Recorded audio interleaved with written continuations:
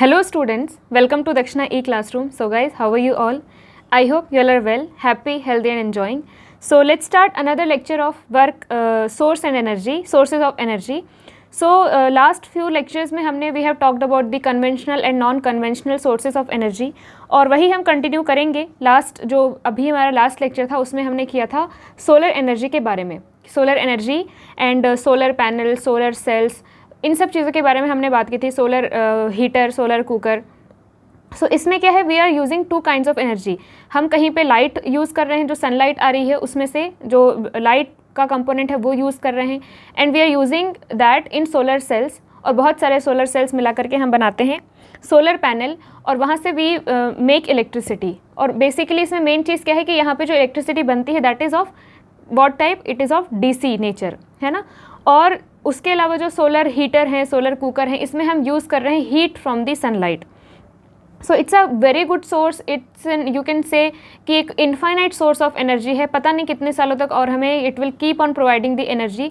So if we really make some improvement in this direction, कुछ ऐसा हम system बनाएं कि ये एक्सपेंसेस इसके थोड़े कम हो जाएं, थोड़ा सा कॉस्ट कम हो जाए, तो एनीबडी कैन अफोर्ड दिस और वो लोग इस चीज़ को यूज़ कर पाएंगे और हमारा बहुत ही बड़ा जो प्रॉब्लम है, एनर्जी का जो कंसर्न है, वो सॉल्व हो जाएगा. So we have talked about all these things. Now next जो है वो एनर्जी फ्रॉम द सी. अब एनर्जी फ्रॉम द सी से हमें किन किन तरीक़ों से एनर्जी मिल सकती है, तो as you can see on the screen, energy from the sea is obtained in 3 different forms. They are tidal energy, जो टाइड्स बनते हैं, low tides and high tides, ठीक है. सी वेव एनर्जी, सी की जो वेव्स होती हैं उसकी एनर्जी होती है, उसमें कुछ काइनेटिक एनर्जी होती है. And ocean thermal energy. There are 3 kinds of energies. एक है टाइडल एनर्जी, जो लो हाई टाइड बनते हैं उसकी वजह से हम एनर्जी, वहाँ पे जो एनर्जी होती है उसको वी कैन हार्नेस. या फिर जो सी वेव एनर्जी, सी की वेव में काइनेटिक एनर्जी होती है कंटिन्यूसली, उसको हम यूज़ कर सकते हैं. या फिर ओशियन थर्मल एनर्जी, वहाँ पे कुछ टेम्परेचर डिफरेंस होता है. Let's talk about it. तो यहाँ पे क्या है, फर्स्ट है अपना tidal energy. The periodic rise and fall, periodic rise and fall of sea level. आप अगर बीच के आसपास वाले इलाके में अगर रहते होंगे तो आपने ऑब्जर्व किया होगा कि जो मॉर्निंग में जिस तरीके से वेव का फ्लो रहता है, सो अगर आप ऐसे एरियाज़ में रहते हैं जहाँ पे सी है ना, तो वहाँ पे आपने देखा होगा कि सुबह के टाइम पे there is a different kind of wave, जो वेव्स की जो रीच रहती है वो अलग रहती है, और इवनिंग टाइम पे इट्स डिफरेंट. तो ये जो है पीरियडिक राइज एंड फॉल जो होता है of sea level due to gravitational attraction of mainly moon. तो ये होता है मून के ग्रेविटेशनल अट्रैक्शन की वजह से, ठीक है. ऑन द स्पिनिंग अर्थ, अर्थ भी घूम रही है, अर्थ के आसपास मून भी घूम रहा है. सो इसमें क्या है, अर्थ और सन, मून के बीच में जो ग्रेविटेशनल अट्रैक्शन है उसकी वजह से ये जो सी लेवल है it keeps on rising and falling, ठीक है. और इन्हीं को, ये जो राइज एंड फॉल है, इनको हम बोलते हैं टाइड्स. सो और अगर जो राइज है वो ज़्यादा है तो उसको हम कहेंगे हाई टाइड, अगर कम है तो हम उसे कहेंगे लो टाइड, ठीक है. तो ये टाइड्स हैं. तो basically this is the difference in this sea level. Sea level में डिफरेंस होने की वजह से ये टाइड्स जो हैं, कभी हाई टाइड कभी लो टाइड. तो यहाँ पे क्या कर सकते हैं हम, tidal energies harness by constructing dam across a narrow opening to the sea. तो सी की जहाँ पे नैरो ओपनिंग होती है वहाँ पे हम लोग डैम बना करके वी कैन अगेन, जैसा हम लोग डैम्स में करते हैं उसी तरीके से वहाँ पे डैम बनाया जा सकता है. And we can again same hydro energy जो बनती है उसको हम वहाँ से ले सकते हैं. So the moment of water during high tide and low tide can be use to rotate the turbines of generator to produce electricity, जो कि आप ऑलरेडी जानते हो हाइड्रो में हम कैसे करते हैं. लेकिन प्रॉब्लम यह है कि ऐसी जो लोकेशंस हैं, the locations where such dams can be build are limited. ऐसी लोकेशंस हमको इतनी इजीली मिलेगी नहीं जहाँ पे कि सी की ओपनिंग जो होंगी वहाँ पे. ऐसा ज़रूरी नहीं कि हम लोगों को ऐसी लोकेशंस मिल जाएं, बट फिर भी वी कैन, जहाँ पे हम कर सकते हैं there we try to make the dams, और जितनी वहाँ से हम एनर्जी हार्नेस कर सकते हैं वी डू. तो this was the low tide and high tide की वजह से. यहाँ पे भी हम क्या कर रहे हैं, काइनेटिक एनर्जी को we are converting into potential and then we are converting it into फिर से काइनेटिक एंड देन फिर से इलेक्ट्रिकल, ठीक. तो ये फिर से क्या हो गया, काइनेटिक में, और उसके बाद फिर से हो जाएगा इलेक्ट्रिकल में. सो ये जो हाइड्रो में जिस तरीके से हम करते हैं सेम वे में ये किया जा सकता है. दूसरा क्या है, सी वेव एनर्जी. ये तो अभी था हाई टाइड और लो टाइड की वजह से. अब है सी वेव एनर्जी.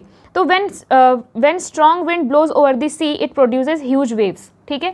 अब जैसे हाई टाइड लो टाइड ये भी एक पीरियडिक के फॉर्म में ही होता है, वैसे ही जो सी लेवल में या सी में जो वेव्स होती हैं वो वेव्स क्या होती हैं, जब विंड बहुत तेज़ चल रही होगी तो वेव्स बहुत तेज़ होंगी, तो वहाँ पे भी काइनेटिक एनर्जी, उसको भी हम यूज़ कर सकते हैं.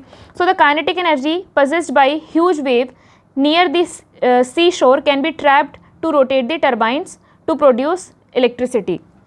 ठीक है, तो यहाँ पे भी सेम चीज़ है, वी आर ये जो है सी वेव जो है तो कंटिन्यूसली बनती रहती है ना, whole day there are waves. अगर आप बीच गए हैं कभी आपने देखा होगा कि continuously there are waves forming. ठीक है, so wave energy would be viable proposition only where waves are very strong. अब हम जहाँ पे वीक होंगी जहाँ पे वेव्स, वहाँ पे तो हम नहीं प्रोड्यूस कर सकते इलेक्ट्रिसिटी। वेव्स होनी चाहिए स्ट्रॉन्ग, जब विंड स्ट्रॉन्ग होगी, वेव्स स्ट्रॉन्ग होंगी, तब हम प्रोड्यूस कर पाएंगे सम इलेक्ट्रिसिटी।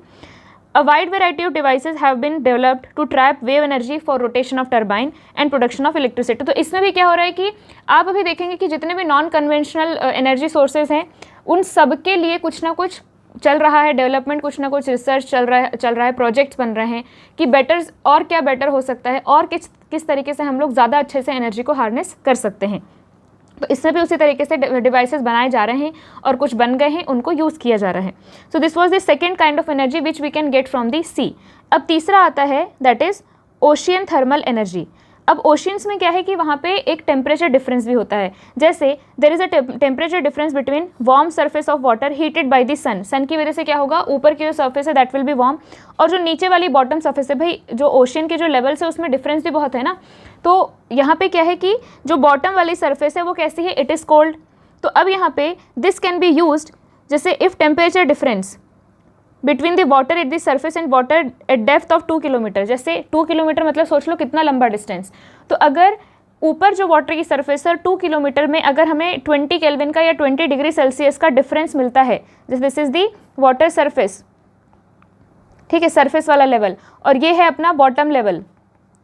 ठीक है, तो अगर हमें 2 किलोमीटर में 20 डिग्री सेल्सियस का अगर हमें डिफरेंस मिलता है टेम्परेचर का, then we can use this we can harness that energy। तो ये जो the warm surface water is used to boil liquid like ammonia and the vapor is used to rotate the turbines of generator to produce electricity। Again जैसे हम क्या करते थे कि fossil fuel का यूज़ करके we used to heat up the water और उसको स्टीम बना करके we use to give it to turbine to rotate it. उसी तरीके से यहाँ पे हम क्या करेंगे, ये जो टेम्परेचर डिफरेंस क्रिएट हुआ है इससे हम कुछ ऐसे लिक्विड्स हैं लाइक अमोनिया, इसको हम बॉयल करेंगे और बॉयल करके उससे जो स्टीम बनेगी that steam will go to turbine and then it will rotate the turbine to produce the electricity. Clear है? तो आपको बस ये समझ में आना चाहिए कि हम कैसे किसी एनर्जी को किसी फॉर्म में कन्वर्ट करके फाइनली उसको इलेक्ट्रिसिटी हम वहाँ से ले सकते हैं। तो अब यहाँ पे अगर जैसे यहाँ पानी बहुत गर्म है तो या टेम्परेचर डिफरेंस है, तो हम उसके लिए क्या कर रहे हैं, we are taking the liquid ammonia.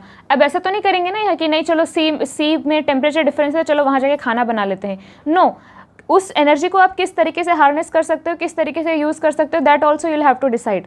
अब यहाँ पे हम जाएंगे नहीं कि let's cook food in the ocean thermal energy, so that we can not do. ठीक है, तो अब दूसरा क्या है, the cold water from the bottom is then pumped up to cool the vapour back to liquid. तो अब जैसे क्या है, वहीं पे हमको उस लिक्विड को टरबाइन को घुमा लिया, अब उसी को ठंडा करना है, उसी अमोनिया को हम फिर से यूज़ कर सकते हैं। तो व्हाट विल डू, नीचे जो ठंडा पानी है उससे हम इसको क्या कर सकते हैं, we can cool it down to use it again, so that thing can be done। The energy potential from the sea, that is tidal energy, wave energy, ocean thermal energy is quite large, but efficient commercial exploitation is difficult।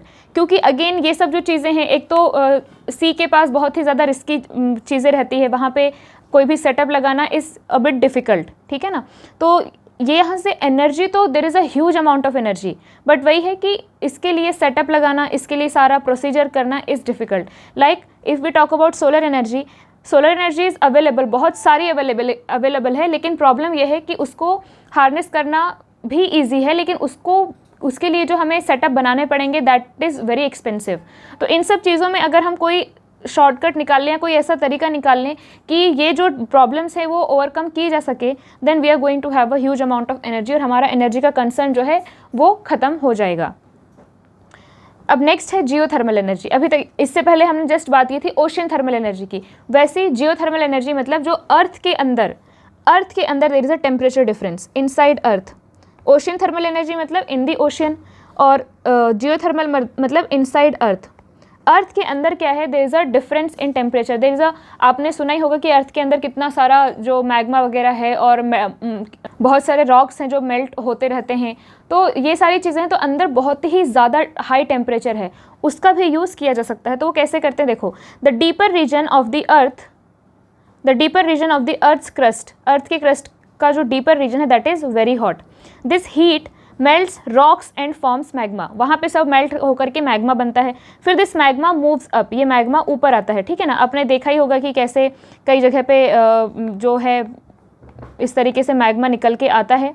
तो this magma moves up and collects below at some places called hot spot, ठीक है। तो कुछ जगह पे जाकर के वो कलेक्ट हो जाता है जिसको हम कहते हैं हॉट स्पॉट्स, ठीक है। The underground water in contact with hot spot, जो अंडरग्राउंड वाटर है वो हॉट स्पॉट से कॉन्टैक्ट में आकर के इट गेट्स हीटेड और क्या बन जाता है, steam at very high pressure. तो स्टीम बन गया, बस हमारी प्रॉब्लम सॉल्व। स्टीम, अगर हमको ना वाटर सप्लाई करना पड़ रहा है ना हमें एनर्जी सप्लाई करना पड़ रहा है, बस क्या है कि अंदर ऑलरेडी सब कुछ अवेलेबल है, जियोथर्मल में सब कुछ अवेलेबल है, वाटर अवेलेबल है, स्टीम फॉर्म हो रही है, just we need to take the steam and rotate the turbine. So by drilling holes, हम ज़मीन में होल्स बना करके, उन हॉट स्पॉट्स में होल्स बना करके, the steam coming out known as hot springs, ये जो स्टीम कमिंग आउट उसको हम बोलेंगे हॉट स्प्रिंग्स, ये बाहर आएगा। तो this can be used to rotate the turbines to get the electricity, same चीज़, टर्बाइन फिर जनरेटर फिर इलेक्ट्रिसिटी। लेकिन अब इसमें क्या है, cost of production would not be much, क्योंकि हम लोग यहाँ पे कुछ कर नहीं रहे हैं, हम लोग अलग से कुछ नहीं कर रहे हैं, but there are very few commercially viable sites, ऐसी जगहें हमें बहुत कम मिलेंगी जहाँ पे इस तरीके से हम लोगों को ऑलरेडी सब कुछ अवेलेबल मिल जाएगा। ऐसा नहीं कि एवरीवेयर वी हैव दिस, तो बहुत ही कम जगहों पे ये अवेलेबल है, लेकिन जहाँ पे अवेलेबल है वहाँ पे it is going to have a very less cost, बहुत आसानी से हम लोग एनर्जी हार्नेस कर सकते हैं और यूज़ कर सकते हैं। तो अब कुछ कंट्रीज़ में, जैसे कि न्यूजीलैंड की अगर हम बात करें, तो न्यूजीलैंड में there are number of power plants based on geothermal energy operational in New Zealand and United States of America. यहाँ पे काफ़ी सारी जगहों पे उन्होंने जियोथर्मल एनर्जी का काफ़ी अच्छा यूज़ किया है। यहाँ पे एक आप डायग्राम देख सकते हो, यहाँ पे क्या है, हाई टेम्परेचर जियोथर्मल डिपॉजिट, तो ये यहाँ से we are taking the steam out, और फिर ये जो है अपना जियोथर्मल इलेक्ट्रिसिटी प्लांट है, और फिर इलेक्ट्रिसिटी प्रोड्यूस होकर के ट्रांसफ़र हो रही है। तो ये 20 to 30 डिग्री सेल्सियस का हमें जो डिफरेंस मिल रहा है वहाँ पे, ये इस पार्ट में ये आपका मैग्मा है पूरा, यहाँ पे हीट है, ठीक है, और यहाँ पे जो वाटर है इट इज़ बिकमिंग, ये वाटर क्या बन रहा है, इट इज़ बिकमिंग स्टीम, और फिर स्टीम को हमने ऊपर ले गए and we are using it to produce electricity to rotate the turbine. So this is the geothermal energy. So I hope this is clear to you. अब जो next and last है दैट इज़ न्यूक्लियर एनर्जी। देखो इस topic में क्या है ना, आपके पास डायग्राम खूब सारे हैं एंड थ्योरी बहुत सारी है। अगर यही टॉपिक हम लोग पूरा डायग्राम ड्रॉ कर करके कर रहे होते तो it would have taken a lot of time, but I think diagrams को मुझे ड्रॉ करके दिखाने की ज़रूरत नहीं है, because diagrams are very easy. आप बुक में देख करके पूरे डायग्राम्स बना सकते हैं। एक बार आपको दिखा देते हैं, जैसे अब ये बायोगैस प्लांट का डायग्राम है, क्या आप बना नहीं सकते? ये बिल्कुल एक दो बार प्रैक्टिस करोगे बन जाएगा। And we are not preparing you for the board exam, so ये आपको खुद ही करना है। This topic is not there in class 11th and 12th। आप अगर साइंस लेते हैं क्लास 11-12 में तो ये फिजिक्स में कहीं भी आपको टॉपिक नहीं मिलेगा, ठीक है। तो ये एनर्जीज आप यूज़ करेंगे, kinetic energy, potential energy, heat energy, light energy, nuclear energy, ये सब आप यूज़ करेंगे, लेकिन आप इसके बारे में कि ये कैसे हार्नेस की जाती है, you are not going to study about it, you are going to study about the energy, not about the use of energy, ठीक है। तो let's talk about the next which is nuclear energy. और ये बहुत ही आज के दुनिया में बहुत ही ज़्यादा यूज़ हो रहा है, और जिस भी कंट्री के पास न्यूक्लियर एनर्जी है, it means that country is developed. उनको अगर न्यूक्लियर एनर्जी को ढंग से यूज़ करना आ रहा है, that means the energy that country is growing fast. तो न्यूक्लियर एनर्जी क्या है? Nuclear energy is the energy, okay I have written this is the energy twice, कोई बात नहीं। So nuclear energy is the energy release during nuclear reactions. तो nucleus के का नाम तो सुना होगा आपने, आप क्लास 10th में तो आपने स्ट्रक्चर ऑफ एटम पढ़ा होगा कि उसमें इलेक्ट्रॉन्स होते हैं और यहाँ पे बीच में न्यूक्लियस होता है, यहाँ पे इलेक्ट्रॉन्स होते हैं, ठीक है, और अंदर न्यूक्लियस होता है। तो ये जो न्यूक्लियर रिएक्शंस हैं, न्यूक्लियर रिएक्शंस की वजह से जो एनर्जी बनती है उसे हम कहते हैं न्यूक्लियर एनर्जी। तो during nuclear reaction some mass is converted into energy and a very large amount of energy is produced during the nuclear reaction. तो क्या होता है कि जैसे मैंने आपको नहीं बताया था, I have told this in class 9th कि एनर्जी जो है वो कंजर्व्ड है, ठीक है, बट यहाँ पे क्या है, जो न्यूक्लियर लेवल पे जो रिएक्शंस हो रहे हैं जो कि हम ज़बरदस्ती करवाते हैं, तो ऐसे रिएक्शंस में क्या है कि थोड़ा सा मास जो है it gets converted to energy and a little mass, very little mass gets converted to a very high energy.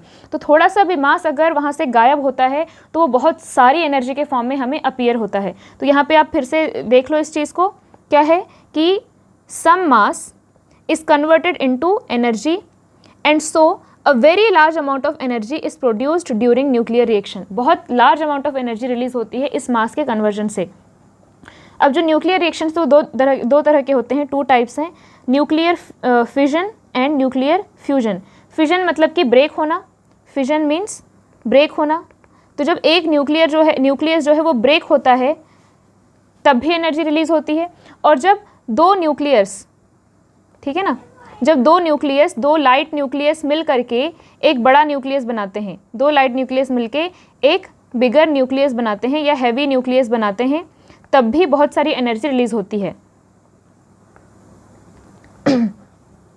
तो let's talk about one by one about this. तो जब हम बात करें न्यूक्लियर किसकी, फिजन की, फिजन मतलब कि जुड़ना, फिजन मतलब कि ब्रेक होना, और फ्यूजन मतलब कि जुड़ना. तो in a process called nuclear fission the nucleus of heavy atom, आपके पास एक हैवी एटम होगा, ठीक है, एक हैवी एटम होगा और हैवी एटम से such as uranium, plutonium, thorium, ये सब जो एलिमेंट्स हैं इनके जो न्यूक्लियस हैं वो हैवी होते हैं. तो इनके न्यूक्लियस को जब हम न्यूट्रॉन से, low energy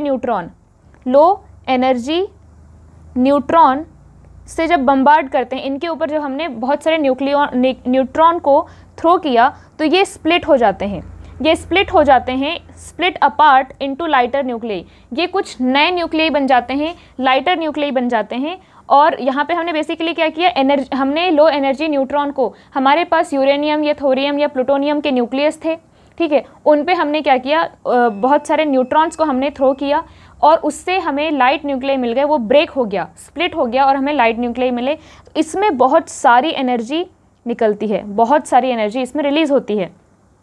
So when this is done, a tremendous amount of energy is released. The fission of an atom of uranium, for example, produces 10 million times the energy produced by one atom of carbon from coal. तो carbon के एक atom से जो energy produce होगी, carbon के एक atom को जलाने से जितनी एनर्जी प्रोड्यूस होगी, अगर हम एक एटम यूरेनियम का न्यूक्लियर रिएक्शन करवाते हैं तो उस जो कार्बन के केस में या कोल के केस में जो एनर्जी प्रोड्यूस हुई थी उससे 10 मिलियन टाइम्स ज़्यादा एनर्जी प्रोड्यूस होगी इन दी न्यूक्लियर फिजन. तो सोच लो कि how much energy it contains, कितनी ज़्यादा एनर्जी है, न्यूक्लियर एनर्जी कितनी ज़्यादा हाई पावर है उसमें, कितनी ज़्यादा हाई एनर्जी है, ठीक है. In a nuclear power plant, the heat energy produced by a controlled nuclear fission chain reaction is used to produce steam which rotates the turbine for generator. Again हमने क्या किया, यहाँ पे जो very high energy बनेगी, high energy heat release होगी, उस heat release जो हुई है, और ऑब्वियसली बात है इसमें एनर्जी बहुत ज़्यादा प्रोड्यूस होती है, इसलिए हमें बहुत ही कंट्रोल्ड वे में इसे करना पड़ता है, बहुत ही कंट्रोल्ड वे में इसे करना पड़ता है. तो कंट्रोल्ड वे में जो हम लोग हीट वहाँ से प्रोड्यूस करते हैं उससे हम स्टीम बनाते हैं and then steam gets to the turbine and it rotates it, और वहाँ से हमें जो है इलेक्ट्रिसिटी प्रोड्यूस हो जाती है. So this is the process from nuclear fission, yes, breaking of the nucleus of atoms like uranium, thorium, plutonium. So यहाँ पे थोड़ा सा आपको गिवन है in the box do you know करके, बट इसमें क्या है, अगेन याद रखने वाली चीज़ नहीं है, लेकिन अगर आपको रहता है, समझ में आता है, बहुत अच्छी बात है. तो क्या है, in a nuclear fission the difference in mass, मैंने आपको क्या कहा था कि कुछ मास होता है जो एनर्जी में कन्वर्ट हो जाता है.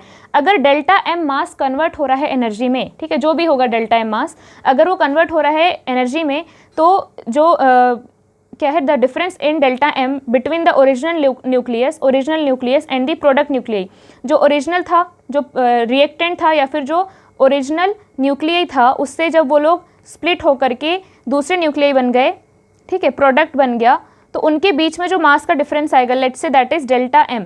अगर डेल्टा एम जो है डिफरेंस आ रहा है, देन इट गेट्स कन्वर्टेड, ये डेल्टा एम जो है वो कन्वर्ट हो जाएगा किस में, एनर्जी में। तो कितनी एनर्जी बनेगी आखिर, तो आपको क्या करना है कि वो जो डेल्टा एम है, डेल्टा एम से आपको सी स्क्वायर को मल्टीप्लाई करना है। तो ये इक्वेशन दिया था किसने, एल्बर्ट आइंस्टाइन ने, बहुत फेमस इक्वेशन है, E is equal to M C square, या फिर energy delta E is equal to delta M into C square. मतलब डेल्टा एम मास अगर जो है गायब हुआ है, that will appear in the form of E is equal to delta M into C square, इतनी एनर्जी रिलीज होगी। और यहाँ पे फिर कुछ चीज़ें आपको जैसे गिवन है कि energy is often expressed in units of electron, हम लोग इलेक्ट्रॉन वोल्ट के फॉर्म में एनर्जी को एक्सप्रेस करते हैं। आपने अभी तक सिर्फ जूल सुना होगा कि जूल में एनर्जी को एक्सप्रेस किया जाता है, लेकिन इलेक्ट्रॉन वोल्ट में भी किया जाता है। और 1 electron volt is equal to आपको गिवन है, 1 इलेक्ट्रॉन वोल्ट होता है 1.602 इंटू 10⁻⁻19 जूल्स, इतना एनर्जी होता है 1 इलेक्ट्रॉन वोल्ट। अब it is easy to check from the above equation that 1 atomic mass unit is equivalent to about 931 mega electron volts. अगर यहाँ पे डेल्टा एम को आप 1 एटॉमिक मास यूनिट रखते हो, डेल्टा एम आप अगर 1 एटॉमिक मास यूनिट रखते हो, तो आपको एनर्जी कितनी निकल के आएगी, 931 मेगा इलेक्ट्रॉन वोल्ट। ठीक है, 931 मेगा इलेक्ट्रॉन वोल्ट के बराबर एनर्जी निकल के आएगी फॉर 1 एटॉमिक मास यूनिट। ये आप इस इक्वेशन से कर सकते हैं। फिर क्या है, nuclear power reactor located at Tarapur, कहाँ पे, तारापुर महाराष्ट्र, राणा प्रताप सागर राजस्थान, कलपक्कम तमिलनाडु, नरोरा यूपी, और फिर ये क्या है, Kakrapar Gujarat and Kaiga Karnataka, have the installed capacity of 3%, कितना है, 3% of the total electricity generation. Total जो इलेक्ट्रिसिटी जनरेशन है और कैपेसिटी है कंट्री की, उसका 3% इन सब से बन रहा है। However many industrialised countries are meeting more than 30%, बहुत सारी ऐसी कंट्रीज़ हैं जहाँ पे 30% उनका जो नीड है, उनकी जो रिक्वायरमेंट है, उसका 30% जो है वो कहाँ से, इलेक्ट्रिक पावर कहाँ से मिल रहा है उनको, न्यूक्लियर रिएक्टर से मिल रहा है। तो हमारे कंट्री में we are just making 3% from the nuclear energy of the total consumption या टोटल कैपेसिटी, लेकिन कुछ कंट्रीज़ में इट इज़ अप टू 30%। अब न्यूक्लियर फिजन के अलावा और एक प्रोसेस है कॉल्ड न्यूक्लियर फ्यूजन, उसके बारे में भी हम देखेंगे। तो यहाँ पे अगेन डू यू नो करके एक बॉक्स है, तो इसको हम लोग रीड कर लेते हैं। Currently all commercial nuclear reactors are based on nuclear fission, but there is another possibility of nuclear energy generation by a safer process called nuclear fusion. Nuclear fusion से भी जो एनर्जी है वो प्रोड्यूस की जा सकती है। Fusion means joining lighter nuclei to make a heavier nucleus, most commonly hydrogen or hydrogen isotopes to create a helium। तो क्या करते हैं यहाँ पे कि लाइटर न्यूक्लियाई को यूज़ करके एक हेवियर न्यूक्लियाई बनाया जाता है, और उस केस में फिर अगेन एनर्जी रिलीज होती है, huge amount of energy release होती है। So it releases a tremendous amount of energy according to the Einstein equation. Again वहाँ पे थोड़ा सा मास जो है वो गायब हो जाएगा, it will appear in the form of energy as the mass of product is little less than the sum of the masses of the original individual nuclei। जो यहाँ पे 2H जो हैं, इनका जो मास था उससे कुछ ना कुछ कम मास रहेगा जो प्रोडक्ट में आएगा, तो कुछ मास गायब हो गया, that mass will appear in the form of energy. Such nuclear fusion reaction are the source of energy in the sun. Sun में जो फॉर्म होता है वो इसी तरीके से होता है, वहाँ पे जो हाइड्रोजन है वो मिल करके एक हैवी न्यूक्लियाई बनाते हैं, और वहाँ पे भी इसी तरीके से एनर्जी निकलती है। एनर्जी बहुत हाई रेट से प्रोड्यूस हो रही होती है सन में या किसी भी स्टार में, sun is also a star. It takes considerable energy to force the nuclei to fuse. अब उनको फ्यूज़ करने के लिए भी हमें बहुत एनर्जी देनी पड़ती है, ऐसे फ्यूज़ नहीं हो जाएंगे अपनी मर्जी से जा करके। The conditions needed for this process are extreme, millions of degrees of temperature and millions of pascals of pressure। So very high temperature and very high pressure is required, very high pressure is required to do this। उनको fuse कराने के लिए, उनको मिलाने के लिए बहुत ही ज़्यादा temperature, high temperature and high pressure is required. ठीक, the hydrogen bomb is based on thermonuclear fusion reaction. जो हमारे हाइड्रोजन बॉम्ब है वो इसी थर्मोन्यूक्लियर फ्यूजन रिएक्शन से, थर्मल जो बहुत ज़्यादा हीट के प्रेजेंस में थर्मल जो न्यूक्लियर रिएक्शन होती है, तो उसकी वजह से ये हाइड्रोजन बॉम्ब उस कंसेप्ट पे बने हुए हैं। A nuclear bomb based on fusion of uranium और प्लूटोनियम। फिजन मतलब कि किसका, यूरेनियम या प्लूटोनियम का जो फिजन है। सो बेसिकली क्या होता है कि हम लोग फिजन पहले कराते हैं उसमें और फिर फ्यूजन कराते हैं। तो यहाँ पे देखो, the nuclear bomb based on fission of uranium plutonium is placed at the core of hydrogen bomb. Core मतलब एकदम बीच में, कोर ऑफ हाइड्रोजन बॉम्ब जो है उसके कोर में क्या रखा होता है, यूरेनियम या plutonium. This nuclear bomb is embedded in a substance which contains deuterium and lithium. तो ड्यूटेरियम और लिथियम का हमें कॉम्बिनेशन बनाना है, उनको फ्यूज़ कराना है।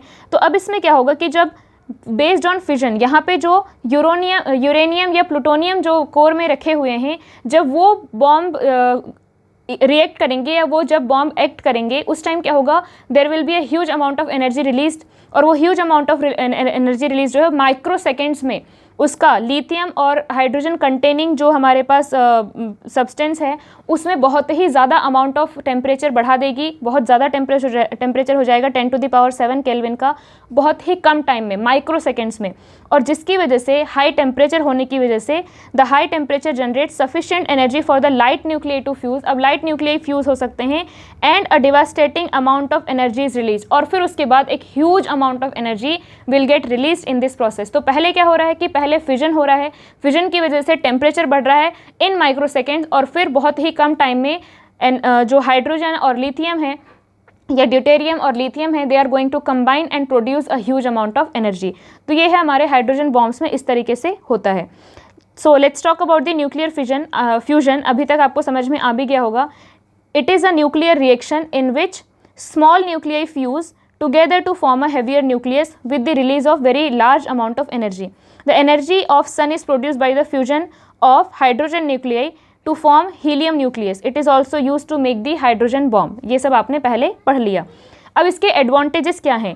Advantages of nuclear energy, it produces a very large amount of energy, बहुत ही large amount of energy release होती है पर यूनिट मास, बहुत ही छोटे मास में बहुत ज़्यादा एनर्जी रिलीज होती है। किसी भी और सोर्स के बराबरी ये कर ही नहीं सकता, मतलब कोई भी और सोर्स इसकी बराबरी नहीं कर सकता। This is the source which produces the highest amount of energy. ठीक है, it's safety measures are taken, it is more environment friendly than the fossil fuels. अब इसमें क्या है कि अगर हम ढंग से इसके प्रिकॉशंस लें और इसके लिए जो भी मेजर्स हैं इसके वेस्टेज को बचाने के लिए या मैनेजमेंट के लिए अगर हम ढंग से स्टेप्स लें, तो this is the best. Fossil fuel का जो हमारा डिपेंडेंस है वो बहुत ज़्यादा है ना, फॉसिल फ्यूल पे बहुत ज़्यादा डिपेंड कर रहे हैं हम लोग। बट प्रॉब्लम ये है कि फॉसिल फ्यूल में बहुत ही ज़्यादा पॉल्यूशन है, उसमें सबसे ज़्यादा पॉल्यूशन है वीकेंड से, तो उसके कंपैरिजन में at least this is better than the fossil fuel. तो अगर हम लोग इसको ढंग से सीख जाएं कि कैसे इसको मैनेज करना है, कैसे एनर्जी हार्नेस करना है, कैसे मैनेज करना है, then will be able to use it in a proper way. We can reduce the pollution, we can have the more energy, जो एनर्जी क्राइसिस है वो ख़त्म हो जाएगा। बट डिसएडवांटेज क्या है इसके? अब the cost of nuclear reactor is very high. एक तो उसमें हमें यूरेनियम प्लूटोनियम जैसे चीज़ें चाहिए है, ठीक है, तो और उसका जो पूरा जो सेटअप होता है, पूरा जो हमें बनाना पड़ेगा उसके लिए setup, that is going to cost a very high amount. The availability of nuclear fuel is limited. भाई इस यूरेनियम और प्लूटोनियम जैसे न्यूक्लियर जो एलिमेंट्स हैं, न्यूक्लियर एनर्जी प्रोवाइड करने वाले एलिमेंट्स हैं, इन पे तो लड़ाइयाँ चल रही हैं बिटवीन कंट्रीज़। सो इसकी जो एक तो लिमिटेड है, और जहाँ पे अवेलेबल है बिकॉज डिमांड ज़्यादा है, सप्लाई कम है, that's why it has a high cost. उसकी जो कॉस्ट है वो भी बहुत ज़्यादा एक्सपेंसिव है बहुत। Nuclear reactors produce harmful nuclear waste which is difficult to dispose करना सीखना पड़ेगा, डिस्पोज करना आना चाहिए। The major hazard of nuclear power generation is the storage and disposal of spent for और used fuels, the uranium still decaying into harmful sub atomic particles. अब यहाँ पे क्या होता है कि एक बार जब न्यूक्लियर रिएक्शन हो गई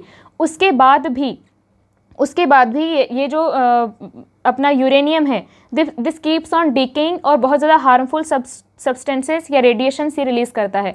तो ये जो है वो हमारे ह्यूमन के लिए या फिर सारे लिविंग चीज़ों के लिए, even to the non living चीज़, it is going to damage a lot, बहुत ज़्यादा डैमेज ये कर सकता है। फिर नेक्स्ट है improper nuclear waste storage and disposal results in environmental contamination. वही है, एयर पॉल्यूशन होगा क्योंकि रेडिएशन ऐसे ऐसे निकल रही हैं, इतनी harmful radiations. There is a risk of accidental leakage of nuclear radiations. इतनी ज़्यादा खतरनाक होती हैं, आप खुद ही सोचो, जिसमें एनर्जी इतनी ज़्यादा निकल रही होगी, इतनी हाई एनर्जी, तो उसमें वो एनर्जी हमें भी तो हार्म कर सकती है ना। जैसे जो न्यूक्लियर बॉम्ब है या हाइड्रोजन बॉम्ब है, कितना ज़्यादा इम्पैक्ट करते हैं। एक छोटा सा बॉम्ब कितने बड़े एरिया को इट कैन डिस्ट्रॉय। सो हमारे लिए रिस्की भी बहुत ज़्यादा है। तो इसको अगर हम इस तरीके से ले, प्रोडक्टिव वे में अगर हम यूज़ करें इसको, अगर जैसे हम हाइड्रोजन बॉम्ब बना रहे हैं तो basically we are doing it in a destructive way. तो डिस्ट्रक्टिव वे में इसका यूज़ ना करके हम लोग इसको प्रोडक्टिव वे में या फिर अपने डेवलपमेंट के लिए करें, it is good, otherwise it is bad. There is a risk of accidental leakage of nuclear radiation, the high cost of installation of nuclear power plant, high risk of environmental contamination and limited availability of uranium makes large scale use of nuclear energy prohibitive. अब इन सब factors की वजह से है तो ये बहुत अच्छा सोर्स, इसको अगर प्रोडक्टिव वे में, गुड वे में यूज़ किया जाए, it is a good source of energy, very good source of energy, but because of all these things we are not able to use it. जितना हमें कर पाना चाहिए था हम नहीं कर पा रहे हैं. वैसे भी अगर देखा जाए तो न्यूक्लियर एनर्जी का was the first used for destructive purpose before nuclear power stations were designed. तो पहले, अभी क्या है, इसका इलेक्ट्रिसिटी जनरेट करने के लिए भी हम लोग यूज़ कर रहे हैं, लेकिन इससे पहले जब पहली बार इसका यूज़ हुआ था, it was used in destructive way only. आपने सुना होगा कि जापान में नागासाकी और हिरोशिमा पे जो अटैक हुआ था उसका इम्पैक्ट आज तक भी है. People are suffering because of that, generations are suffering because of that. तो we need to use it in a productive way, not in a destructive, because if we do it in a destructive way, now almost there are so many countries which are having the nuclear power, and if there is अगर कोई war कभी शुरू हुआ, it is going to destroy everything. It can destroy the complete human life on earth or complete the life on earth. Not only human, it is going to harm each and every living thing, non living thing, हर चीज़ को destroy कर सकता है. इनको, इस चीज़ को हम लोगों को प्रोडक्टिव वे में यूज़ करना आना चाहिए. बट वही है कि some day will understand, but we don't know if we will और not. So there is a concern. बाकी आज के लिए काफ़ी है इतनी चीज़ें. जो बाकी बची हुई चीज़ें हैं, इन्वायरमेंटल कॉन्सिक्वेंसेज हैं, और ये न्यूक्लियर रिएक्शन का थोड़ा सा जो आपको मैं बता दूंगी कैसे होती है रिएक्शन, नॉट इन डिटेल, बस ऊपर ही, क्योंकि अभी आपको समझ में भी नहीं आएगा. और दूसरी चीज़ आपका 11th-12th में है. न्यूक्लियर रिएक्शन पूरा आपके लिए एक सेपरेट टॉपिक होगा. You are not going to study sea energy, ocean thermal energy या सी वेव एनर्जी, ये सब, या टाइडल एनर्जी आप नहीं पढ़ेंगे. लेकिन न्यूक्लियर एनर्जी का जो पूरा फिजन का, फ्यूजन का complete concept you are going to study in class 12th. पूरा आपके पास एक चैप्टर होगा न्यूक्लियर फिजिक्स करके, and there you are going to study all these things. So अभी बस आप थोड़ा बहुत पढ़ लो कि कैसे होता है, ताकि आप आंसर लिख सको. That's it. तो आगे की चीज़ें we are going to discuss in the next class.